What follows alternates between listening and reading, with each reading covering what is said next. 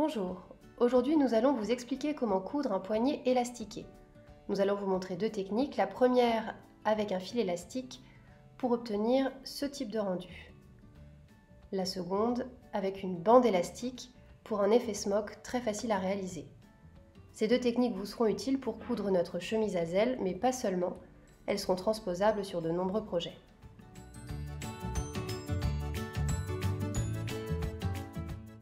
Pour cette technique, il vous faudra une bobine de fil élastique. Vous en trouverez facilement dans la plupart des merceries. Le principe est simple, vous enroulez le fil élastique sur votre canette en l'étirant bien. Vous placez ensuite la canette dans votre machine, comme d'habitude, le fil supérieur lui ne change pas.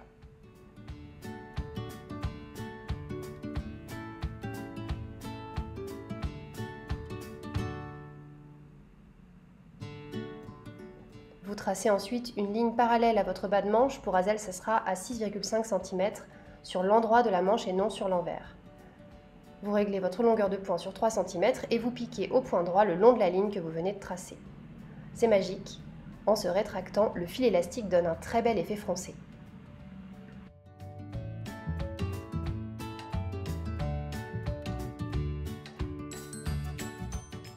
Ce type d'élastique est aussi appelé élastique fronceur ou élastique à smock. Pour la chemise à zèle, nous avons choisi une bande de 35 mm de large fournie dans le kit.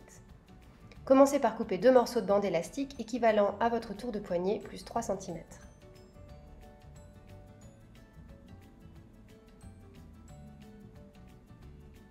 Tracez ensuite sur l'envers de votre manche une ligne parallèle au bas de manche. Pour Hazel, elle sera à 4 cm. Puis positionnez la bande sur la ligne précédemment tracée.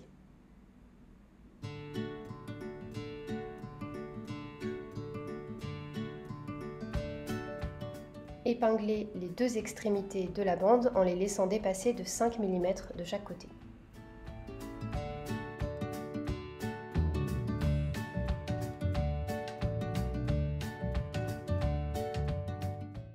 Vous allez maintenant piquer la ligne la plus proche du bas de manche. Réglez d'abord votre longueur de point sur 3. Piquez le premier centimètre sans tirer sur l'élastique.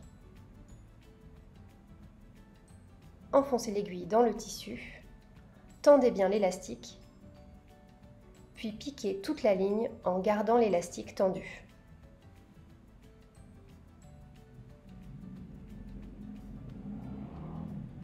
Répétez cette technique pour les autres lignes. Attention, piquez bien entre les élastiques. Pour Hazel, vous devrez piquer tous les deux rangs pour obtenir 5 lignes parallèles espacées de 7 mm environ.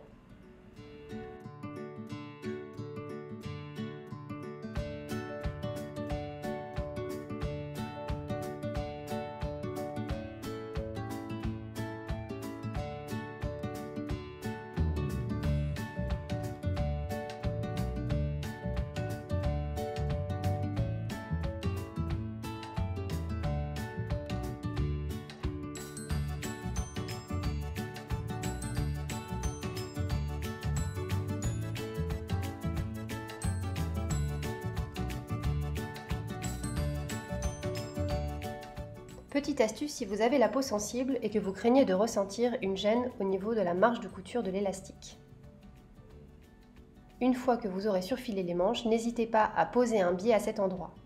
Pour cela, coupez deux rectangles de 4 cm par la largeur de votre bande plus 2 cm, un pour chaque poignet.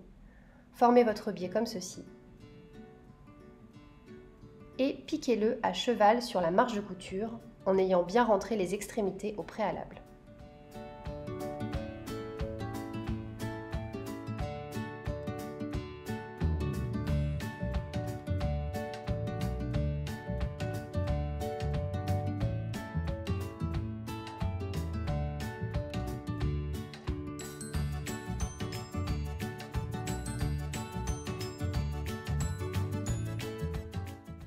Et voilà, vous connaissez maintenant deux super techniques pour avoir de jolis poignets élastiqués sur vos chemises ou vos blouses cousues main.